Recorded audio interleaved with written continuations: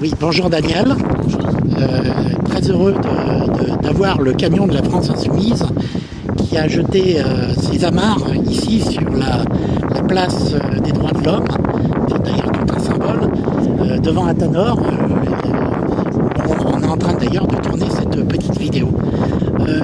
On est en ce moment dans les trois semaines avant les élections. Le mouvement il est en train de s'accélérer. Vous sentez quelque chose qui se produit? Ah bah oui, on sent bien l'enthousiasme, un renouveau de la dynamique. On a plus de 350 000 soutiens aujourd'hui de la candidature de Jean-Luc Mélenchon.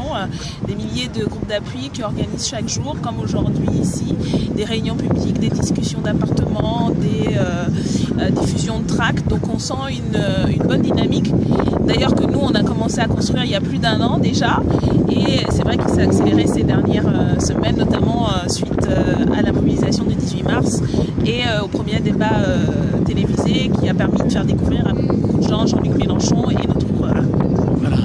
Les meetings de Jean-Luc remplissent les salles, c'est peu de le dire, puisque beaucoup de salles ne suffisent pas. Hier, il était à Châteauroux.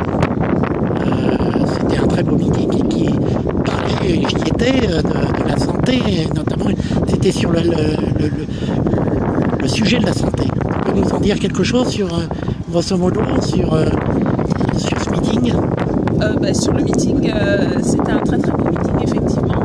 L'enjeu de la question de la santé et ce que tout le monde sait aujourd'hui après la mobilisation du personnel de santé, c'est quand même un des meilleurs systèmes de santé du monde qui aujourd'hui ne tient que par la volonté et le dévouement du personnel, parce que c'est dans un état après des années de réformes terribles qui pèsent à la fois sur les patients, sur la qualité des soins qui sont donnés et puis sur les soignants.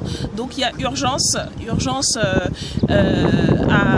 à changer tout ça, à changer de politique, à avoir une politique qui donne sa place à la santé, qui donne les moyens à la santé, qui réintègre par exemple les mutuelles dans la sécurité sociale pour permettre à tous et à toutes d'être remboursés à 100% et qui donne surtout les moyens aux hôpitaux, aux soignants de pouvoir faire leur travail dans de bonnes conditions. C'est effectivement un sujet important et c'est quelque chose que nous on porte depuis plusieurs mois dans notre programme. On a des propositions très claires d'investissement public qui permettront de répondre aux besoins. C'est très bien. Et il nous reste 3 semaines. Combien de meetings encore, grosso modo? Il y en a tous les jours. Là, je ne pourrais pas vous dire. Là, la tournée du camion va continuer jusqu'au tout dernier jour de campagne. Donc, il y a une vingtaine de dates qui sont prévues dans des petites villes et moyennes villes comme ici.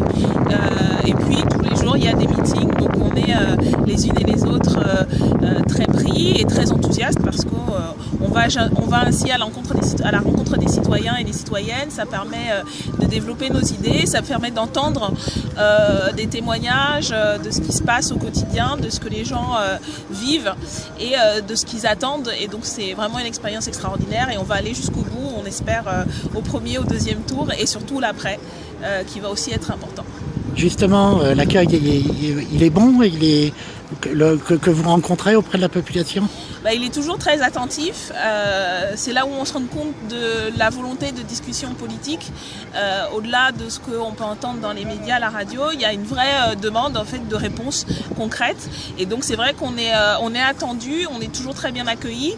Et puis il y a du débat, il y a des questions qui sont posées. Donc c'est toujours un plaisir de pouvoir défendre notre programme, sa cohérence, sa qualité à la fois chiffrée et puis humaine, parce que ça répond à des besoins d'intérêt général humain. Donc voilà, c'est une campagne, une très belle campagne qu'on vit grâce aux insoumis et insoumises qui organisent d'ailleurs l'accueil, et puis grâce aux citoyens qui viennent et qui prennent conscience de la nécessité de se mobiliser et qui vont ensuite, on l'espère, porter ces propositions autour d'eux pour qu'on soit majoritaire le 23 avril et le 7 juin. Je te remercie, Daniel. Merci à toi.